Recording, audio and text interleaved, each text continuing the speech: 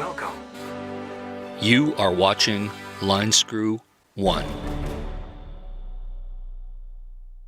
Well, Merry Christmas, everybody. Today I figured I'd use the golden pipes to at least drone you to sleep on this day before Christmas, Christmas Eve, which it is now, at least here in the Western world. So I will regale you with a public domain tale, Twas the Night Before Christmas, written by Clement C.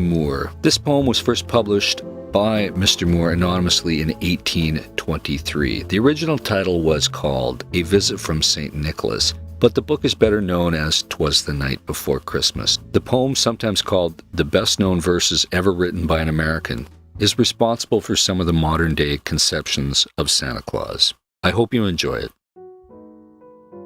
'Twas the night before Christmas, when all through the house not a creature was stirring, not even a mouse.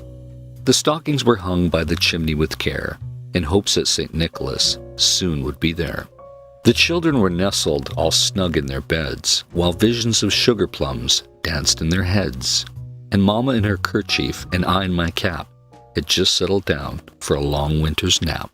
When out of the lawn there arose such a clatter, I sprang from the bed to see what was the matter.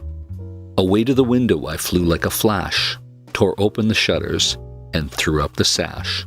The moon on the breast of the new-fallen snow gave the luster of midday to objects below, when, what to my wondering, I should appear but a miniature sleigh and 8 tiny reindeer.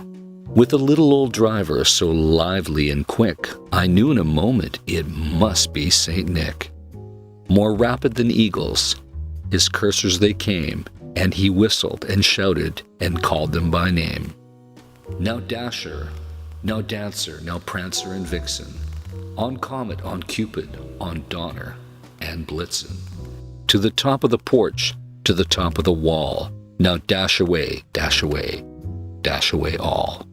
As dry leaves that before the wild hurricane fly, when they meet with an obstacle, mount to the sky. So up to the house top, to the coursers they flew, with the sleigh bell full of toys, and St. Nicholas too. And then, in a twinkling, I heard on the roof the prancing and pawing of each little hoof. As I drew in my head and was turning around, down the chimney St. Nicholas came with a bound. He was dressed all in fur, from his head to his foot, and his clothes were all tarnished with ashes and soot. A bundle of toys he had flung over his back, and he looked like a peddler had just opened his pack. His eyes, how they twinkled, his dimples how merry.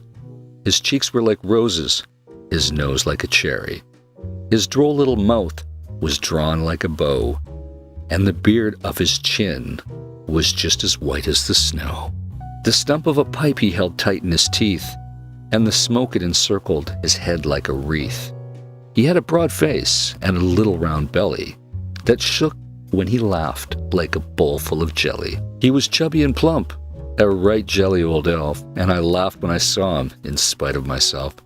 A wink of his eye and a twist of his head soon gave to me to know I had nothing to dread.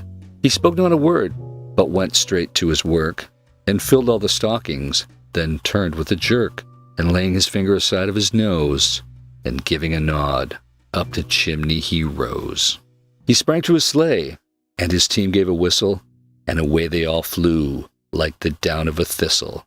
And I heard him exclaim, ere he drove out of sight, Happy Christmas to all, and to all a good night. Christmas tree, you'll have